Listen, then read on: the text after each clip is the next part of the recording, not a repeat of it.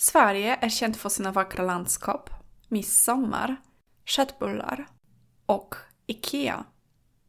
Men IKEA är mer än en möbelaffär. Det är en symbol för svensk design, enkelhet och smarta lösningar. Men hur blev IKEA en del av den svenska identiteten? Och hur började allt? Inte i ett stort varuhus, utan på en liten gård i Småland med en pojke som sålde tändstickor. Det var en gång en ung pojke i Småland, i södra Sverige. Han hette Ingvar Kamprad. Han föddes 1926 och växte upp på en liten bondgård som hette Älmtaryd i byn Ågunnaryd. Redan som barn var han en smart affärsman. Han började sin första verksamhet genom att sälja tändstickor till grannar. Han insåg snabbt att om han köpte dem i Storpack i Stockholm kunde han sälja dem billigare än konkurrenterna, men fortfarande tjäna pengar. Senare började han sälja pennor, julkort och fiskespön. Han cyklade runt i byn och levererade varorna till kunderna. När han var 17 startade han sitt första riktiga företag. Ett namn vi alla känner till idag, IKEA. Hur fick IKEA sitt namn? Namnet är en kombination av Ingvar Kamprad. Det är naturligtvis hans namn. Älmtaryd, gården där han växte upp. Ågunnaryd, byn där han föddes. Namnet påminner om hans rötter, Småland, där allt började. I början sålde IKEA allt möjligt, men 1947 kom den stora idén. Kamprad bestämde sig för att börja sälja möbler via postorder. På den tiden var möbler dyra och svåra att transportera, och det ville han ändra på. Han ville göra möbler billigare och mer tillgängliga för alla svenskar. Men ett av de största problemen var just transporten av möbler. De var stora, tunga och svåra att frakta.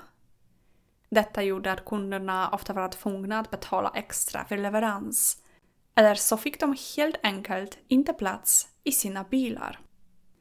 En dag på 1950-talet fick en av IKEAs designers, Gillis Lundgren, en genial idé.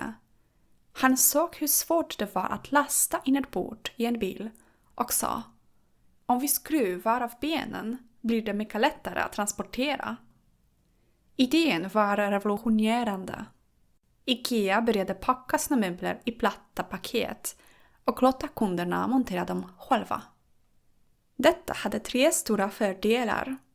För det första, transporten blev billigare. För det andra, kunderna kunde lättare ta hem möblerna. Och för det tredje, priserna sjönk och fler människor hade råd att köpa möbler. Denna enkla men geniala lösning förändrade hela möbelbranschen och gjorde IKEA till ett globalt fenomen.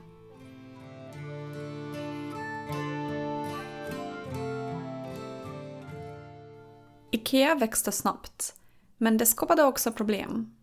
De stora möbelföretagen i Sverige blev rädda för konkurrensen och ville stoppa Kamprad.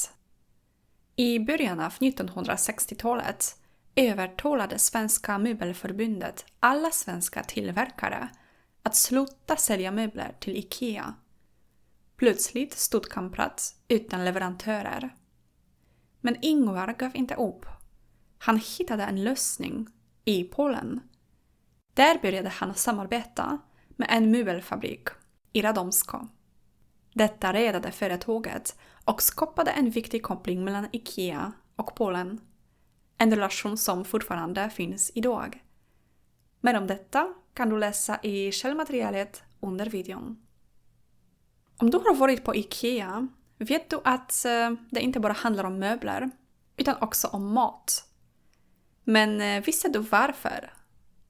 När Ingvar såg att kunderna blev trötta och hungriga i de stora varuhusen bestämde han sig för att öppna restauranger inne i varuhusen.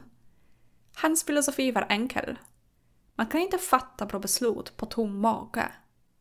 Och det funkade.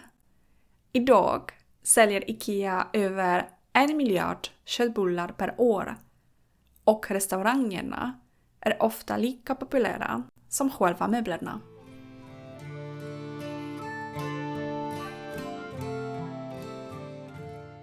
Trots att han var en av världens rikaste män levde Ingvar Kamprad väldigt sparsamt.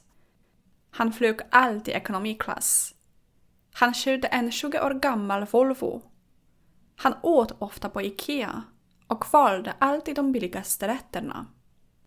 Han trodde att en företagsledare ska vara som sina kunder och han levde som han lärde. IKEA finns i nästan hela världen.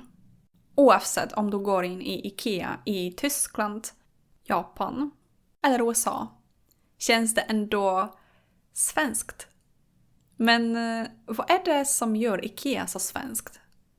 Här är 3 saker som många kopplar till Sverige och som du hittar i varje IKEA. Svensk enkelhet. Funktion är viktigare än dekoration. Låga priser. Alla ska ha råd med vackra möbler. Hållbarhet.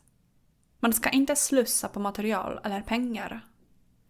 Dessutom har IKEA svenska namn på sina möbler. Billy, Malm, Kallax. Alla är inspirerade av svenska arter eller personer. Det gör att varje IKEA i världen känns lite som Sverige. Och en sak till. När du går runt på IKEA kan du faktiskt hitta böcker på svenska. Från en liten verksamhet i Småland har IKEA idag över 470 varuhus i 60 länder. Men trots att företaget är enormt bygger det fortfarande på Ingvars ursprungliga idéer, smarta lösningar, bra priser och hållbarhet. Visste du att IKEA-katalogen en gång trycktes i fler exemplar än Bibeln?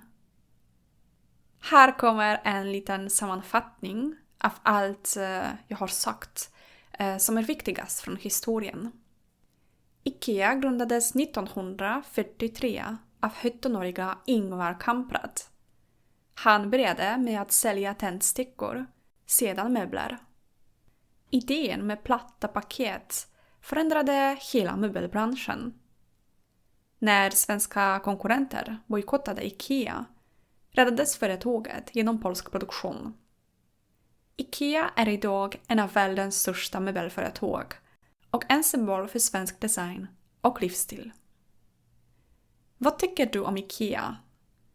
Har du köpt något därifrån någon gång? Har du kanske självmonterat en billig bokhylla eller ätit köttbullar på IKEA? Vad tycker du om idén med platta paket och att kunderna monterar möblerna själva? Har du någon favoritprodukt från IKEA? Jag själv har ingen, men jag tycker att historien bakom företaget är spännande. Det var allt för idag. Tack! Ha det så bra! Hej då!